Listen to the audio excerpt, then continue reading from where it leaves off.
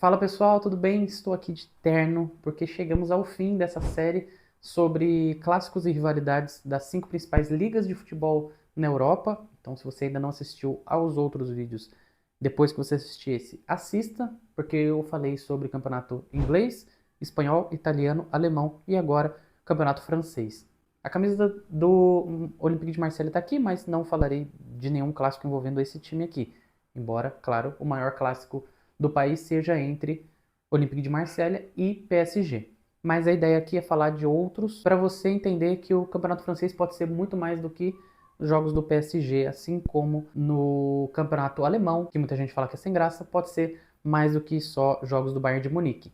Então fica aqui comigo que eu vou te listar 3 jogos bem legais para você deixar no seu calendário. Mas antes disso, eu quero pedir a sua inscrição, eu quero pedir o seu like, eu quero pedir seu comentário e se não for abusar da boa vontade, eu quero pedir para você enviar esse vídeo para quem você achar que vai gostar desse tipo de conteúdo. Fechado? Burocracia finalizada. Vamos partir então para os conteúdos. O primeiro jogo que a gente vai falar aqui é sobre Lille e Lens, times do norte do país, então é o famoso Derby do Norte, que tem meio uma pegada Juventus e Nápoles. Se você viu o vídeo de campeonato italiano, você vai entender que é meio que os ricos contra os pobres. Lille é uma cidade mais burguesa, mais desenvolvida tecnologicamente, então isso coloca o time como aquele que representa um pouco mais a aristocracia da região. Já o Lens tem uma pegada um pouco mais popular. A cidade ela é mais industrializada e mineradora, então muito ligada ao trabalho braçal, assim, mais físico.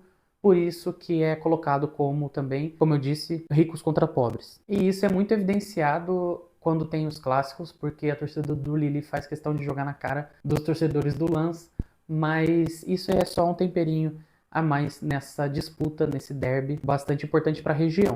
E além de ter um retrospecto de vitórias maior do que o rival, são 42 vitórias para o Lille e 37 para o Lens, o Lille pode bater no peito e falar que venceu o derby mais importante da história, que foi na final da Copa da França de 48, quando o time venceu o seu arquirrival por 3-2 e levantou o caneco. E os times vão se enfrentar na quinta e na 28ª rodada nessa temporada 25-26, que deve acontecer em setembro e no comecinho de abril. Descendo para o sul do país, tem o clássico entre Nice e Mônaco, que são cidades, aliás, uma cidade e um principado, separados por 20 quilômetros, e aí entra muito essa rivalidade bairrista e intermunicipal, melhor dizendo, entre dois lugares importantes da França, e aí também entra essa questão financeira em jogo. Porque, claro, quando a gente pensa em Mônaco, a gente pensa em riqueza. E o Nice, ele quer bater de frente com os rivais trilhardários. É por isso que os torcedores do Nice têm uma rivalidade maior do que os torcedores do Mônaco em relação ao Nice. Deu pra entender? O torcedor do Nice odeia mais o Mônaco do que o torcedor do Mônaco odeia o Nice, mais ou menos assim. Então, quando eles entram em campo, é sempre uma guerra, principalmente para os torcedores e jogadores do Nice. E nos últimos anos o Nice deu uma guinada, então tem se colocado como um grande time que tira pontos de times grandes. E aí, claro, sempre querendo atrapalhar a vida do Mônaco, que tem mais conquistas, tem um pouco mais de relevância no cenário nacional, já chegou em final de Champions e tudo mais. Mas mesmo assim, o Nice se coloca ali como valente nessa disputa contra o Mônaco, outro joguinho legal para a gente acompanhar. E, inclusive, eles se enfrentam na 7ª e na 21ª rodada, que vão acontecer mais ou menos em outubro e fevereiro de 2026. Bota aí no calendário, hein? Agora, vamos finalizar essa série da forma que eu mais gosto, que é contando história. Vamos falar sobre o Derby da Bretanha entre Rennes e Nantes. São dois times de meio de tabela? Sim, com certeza. É um jogo sem história? Não, aí você está errado. E eu vou te contar o porquê. Os dois times estão na região da Bretanha. Quer dizer, calma que eu vou chegar lá.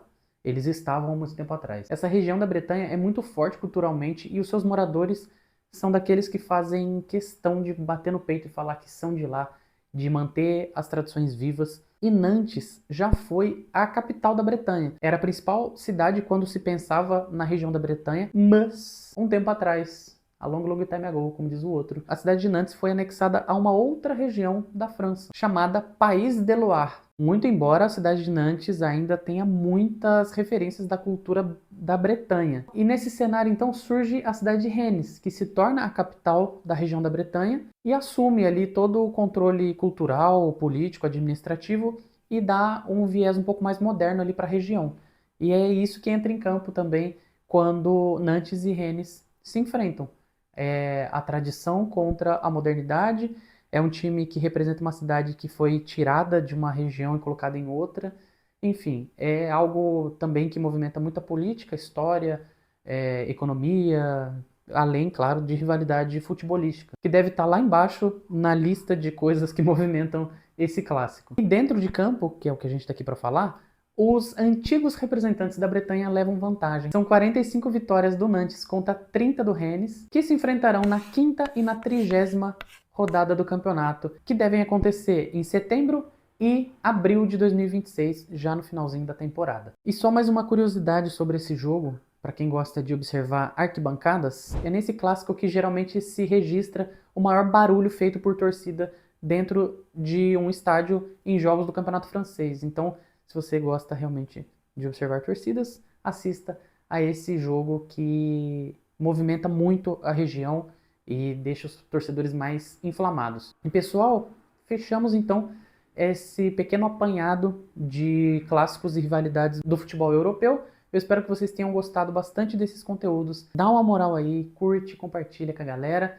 E vamos aproveitar a temporada 25-26 do Campeonato Europeu, porque como eu te mostrei nessa série de vídeos, tem muita coisa em jogo, em partidas que a gente acha que são corriqueiras, que não tem nenhum atrativo.